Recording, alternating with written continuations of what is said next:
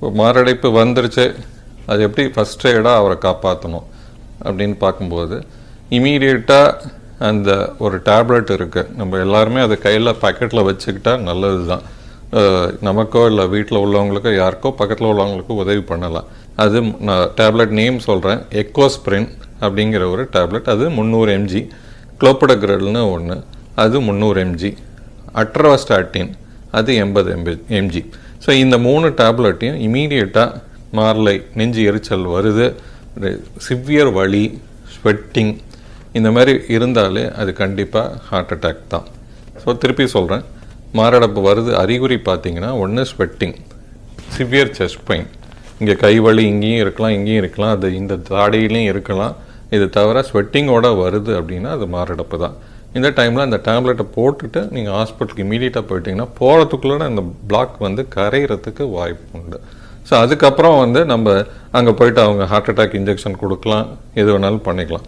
So இதை வந்து நீங்கள் இமீடியட்டாக பண்ணிட்டீங்கன்னா ஸோ மேஜர் அட்டாக்லேருந்து நம்ம தப்பிக்கலாம். இதயத்துக்குள்ளே என்ன இருக்குன்னு பார்த்தீங்கன்னா வேல்வ்ஸ் இருக்கும். இந்த ஒயிட் கலரில் உள்ள இதுதான் வேல்வுன்னு சொல்கிறோம். ஒவ்வொரு valve 2 chamber, left ventricle right ventricle, மேலே உள்ளது atrium. So right atrium left ஏட்ரியம்னு சொல்லுவோம். இது 2 சேம்பருக்கும் நடுவில் ஒரு வேல்வு இருக்கிறது. இந்த பக்கம் ட்ரைகஸ்பிட், அந்த பக்கம் மைட்ரல் பேர். இந்த ஹோல் இதயம் பம்ப் பண்ணும்போது ஒரு இங்கே ஒரு வேல்வு இருக்குது, அது வழியாக போகிறது தான் அயோடிக் வேல்வுன்னு பேர். ஸோ இத்தனை வேல்வு நம்ம இதயத்துக்குள்ளார இருக்குது. ஸோ இதை பார்த்தீங்கன்னா இந்த ஜிம் பண்ணும்போது என்ன ஆகும் பார்த்தீங்களா, அது என்ன ஆன்சர்னால் இந்த லெஃப்ட் வென்ட்ரிக்கல்னு சொல்கிறோம் பார்த்தீங்களா, அது எல்லாமே போயிட்டு திக்கன் ஆகுது. லெஃப்ட் வென்ட்ரிக்கல் வந்து திக்கன், ஹைப்போட்ரோஃபின்னு சொல்கிறோம், அரித்மியான்னு சொல்லுவோம், லெப்டப்னு சொல்கிறோம் பார்த்தீங்களா, அது இல்லாமல் அரித்மியான்னு வரும். அப்போ தான் வந்து சடன் கார்டியக் அரெஸ்ட்டு, டெத் ஆகிறது எல்லாமே காரணமாக இருக்குது.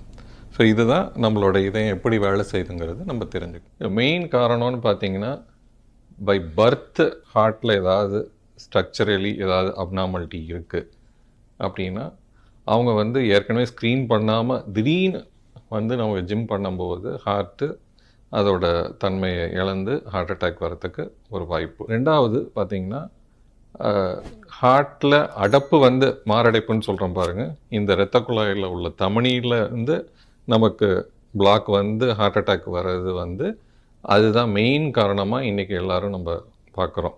இன்றைக்கி அதிக லெவலில் டெத் ஆகிறதுக்கு காரணம் மெயினாக வந்து ஹார்ட் அட்டாக் வந்து இந்த இரத்த குழாய் அடப்பு. மூணாவதுன்னு பார்த்திங்கன்னா ஜிம்மில் வந்து சில பேர் பாடியை ஏற்றணுங்கிறதுக்காக சில ட்ரக்ஸ் யூஸ் பண்ணிக்கிறாங்க. ஸோ அதெல்லாம் பார்த்திங்கன்னா ஒன்று ஸ்டீராய்டுன்னு ஒன்று, அப்புறம் எரித்ரோபாய்டின்னு ஒன்று, சில நேச்சுரல் டயட்ஸ் இந்த ஒரு இந்த டயட்ஸ் மாதிரி சொல்கிறது, அதெல்லாமே வந்து பார்த்திங்கன்னா ஹார்ட்டுக்கு கெடுதல். இப்போ ஸ்டீராய்டு நிறையா யூஸ் பண்ணும்போது நம்ம ஹார்ட்டோட ரிதம், அது ஹார்ட் வந்து பார்த்திங்கன்னா இந்த லெஃப்ட் வென்ட்ரிக்கல்னு ஒன்று இருக்குது பாருங்கள், அதோட திக்னஸ் அதிகமாக ஆகும்போது இங்கே ப்ரெஷர் கூடி, இந்த லெஃப்ட் வென்ட்ரிக்கல் ப்ரெஷர் கூடுறதுனால லெஃப்ட் ஏட்ரியம் ப்ரெஷரும் கூடி நமக்கு ஹார்ட் ரிதம் லெப்டப்புன்னு சொல்கிறோம் பாருங்கள், அது மாதிரி ஒரு அரித்மியாங்கிற ஒரு ஸ்டேஜுக்கு போகும்போது திடீர்னு படபடப்பு வந்து ஹார்ட் அட்டாக்கு அரெஸ்ட் ஆகிடும். ஸோ இது வந்து சடன் கார்டியக் டெத்துக்கு ஒரு காரணம். ஸோ இதனால் இந்த ஸ்டீராய்டெல்லாம் அதிகமாக நம்ம யூஸ் பண்ணாமல் நேச்சுரலாக எக்ஸசைஸ் பண்ணி கொண்டு போகிறது தான் ஆல்வேஸ் நல்லது. இது தவிர எரித்ரோபாய்டின்னு ஒன்று சொல்லுவாங்க, அது எதுக்குன்னா ரொம்ப நேரம் அவங்க எக்ஸசைஸ் பண்ணுறதுக்கு இதுக்கெல்லாம் நல்லா எக்ஸசைஸ் பண்ணணுங்கிறதுக்கு அந்த எரித்ரோபாய்டின் யூஸ் பண்ணுறாங்க. ஸோ அதுவுமே பார்த்திங்கன்னா ஃப்யூச்சரில் நிறைய ஆக்சிஜன் உடம்புல சேர்த்து, அப்போ அதிகமாக ஆக்சிஜன் உடம்புல சர்க்குலேஷன் ஆர்பிசிஸ் கூடும்போது நமக்கு திருப்பியும் ஹார்ட்டில் ப்ராப்ளம் வரத்துக்கு வாய்ப்பு இருக்குது. ஸோ இதெல்லாம் வந்து நம்ம சேர்க்கக்கூடாது, நம்ம தேவையில்லாமல் சேர்த்து நம்ம மாட்டிக்கிறோம். ஸோ இது ஒரு காரணங்கள். இது தவிர ஆல்கஹால் அதிகமாக யூஸ் பண்ணும்போதும் ஹார்ட்டுக்கு கெடுதல் ஆகுது, திருப்பியும் அதுவும் ஒரு காரணம் நமக்கு சடன் கார்டியக் டெத்துக்கு. ஸோ இது பிரித்து பார்க்கும்போது ஒன்று existing heart problem, that is பிறவியிலே ஹார்ட் ப்ராப்ளம் இருக்குது, அவங்க அது வரைக்குமே ஹார்ட்டை பார்க்காம திடீர்னு வந்து எக்ஸசைஸ் பண்ணும்போது ஹார்ட் அது துடிப்பு அதிகமாகி சடன் கார்டியக் டெத் வரத்துக்கு ஒரு காரணம். ரெண்டாவது சொன்னேன் ஹார்ட் அட்டாக், இந்த தமனியில் சர்க்குலேஷனில் அடப்பு இருந்து ஹார்ட் அட்டாக் வரவங்க அண்டர்லைங்காக ஒரு கொஞ்சோண்டு அடப்பு உள்ளவங்க ஒரு 80% 90% பிளாக் இருக்குது, இங்கே வந்து பண்ணும்போது சடனாக அது ஒரு ஹார்ட் அட்டாக் வரத்துக்கு ஒரு வாய்ப்பு. மூணாவதாக சொன்னேன் ட்ரக்ஸு. அவங்க பாடி பில்ட் பண்ணுறதுக்கு யூஸ் பண்ணுற ட்ரக்ஸ் பார்த்தீங்கன்னா அது ஹார்ட்டுக்கு கெடுது. இது தவிர ஸ்போர்ட்ஸில் விளையாடும் போது நிறைய பேர் டெத் ஆகிடுறாங்க. அதனால் ஸ்போர்ட்ஸ் விளையாடணுமா விளையாடக்கூடாதா அப்படிங்கிற ஒரு கேள்வி அரைஸ் ஆகுது. ஸோ இது கண்டிப்பாக எல்லாரும் விளையாடணும், விளையாண்டா தான் ஹார்ட்டுக்கு நல்லது அப்படின்னு நம்ம சொல்லிகிட்டே இருக்கோம். எதனால் வருது? இப்போ பால் வந்து திடீர்னு ஹார்ட்டை போயிட்டு ஒரு வேகமாக அடிக்குது, இல்லை ஒரு இன்ஜுரி, அவங்க விளையாடும் போது ஒரு பெரிய இன்ஜுரி ஹார்ட்டுக்கு அப்படி வந்து அடிப்படும் போது சடனாக ஹார்ட் வந்து அதோட ரிதம் மாறி சடன் கார்டியக் அரெஸ்ட் ஆகிறதுக்கு அந்த விளையாடுறவங்களுக்கு வரதுக்கு காரணம் இது ஒரு காரணமாக இருக்கும். ஸோ இது மாதிரி படிப்படியாக நம்ம பார்க்குறோம்.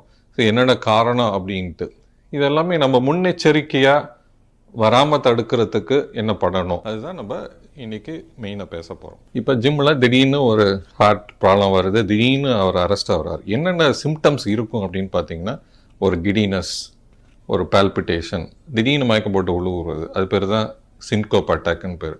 ஸோ இந்த சிம்டம்ஸ் எல்லாம் ஆக்சுவலாக ஒரு முன்னெச்சரிக்கையாகவே இதெல்லாமே அவங்களுக்கு இருந்திருக்கும். திடீர்னு வந்து ஒரு எக்ஸசைஸ் பண்ணும்போது இது அதிகமாக ஆகும்போது தான் நமக்கு சடனாக கார்டியக் அரெஸ்ட் ஆகுறது.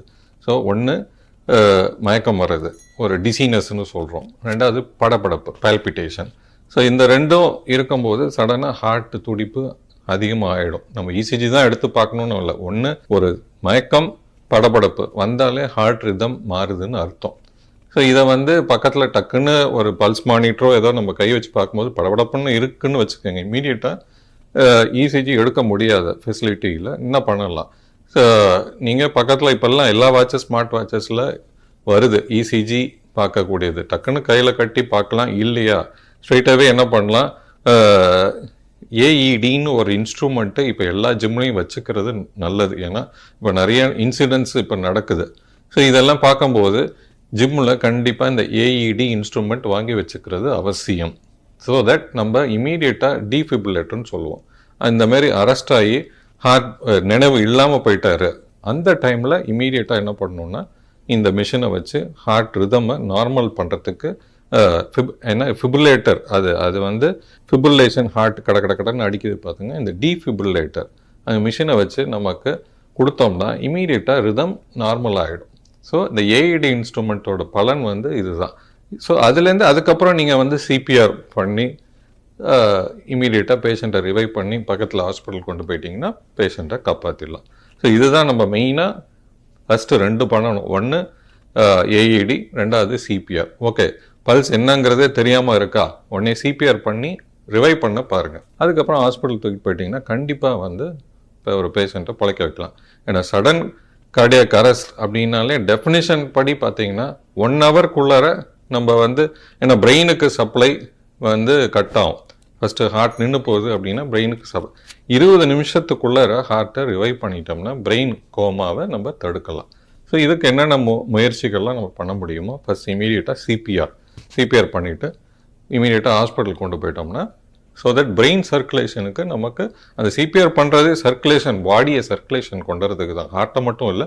அந்த ஹார்ட்டு ஒரு துடிப்பு வரும்போது சர்க்குலேஷன் ஹோல் பாடிக்கு வந்துடுது. ஸோ அப்போ வந்து உங்களுக்கு பிரெயினும் அஃபெக்ட் ஆகாமல் கோமா ஸ்டேஜ் போகாமல் நம்ம தடுக்கலாம். ஸோ இதெல்லாம் நம்ம ஃபெசிலிட்டி ஜிம்முக்குள்ளே வச்சுக்கணும். ஸோ இதில் நம்ம இமீடியட்டாக இந்த சிபிஆர் அவங்கெல்லாம் ட்ரைனிங் பண்ணியிருக்கணும். ட்ரைனிங் பண்ணி அந்த ஜிம் ட்ரைனர்ஸ் வந்து சிபிஆர் பண்ணதுக்கு ட்ரைனிங் இருந்தால் தான் கரெக்டாக சிபிஆர் பண்ணாலும் அது ஒரு பலன் கொடுக்கும். ஸோ அதே மாதிரி ஜிம் மட்டும் இல்லை, இதயத்தை ஆரோக்கியமாக இங்கே வச்சுக்கணும்.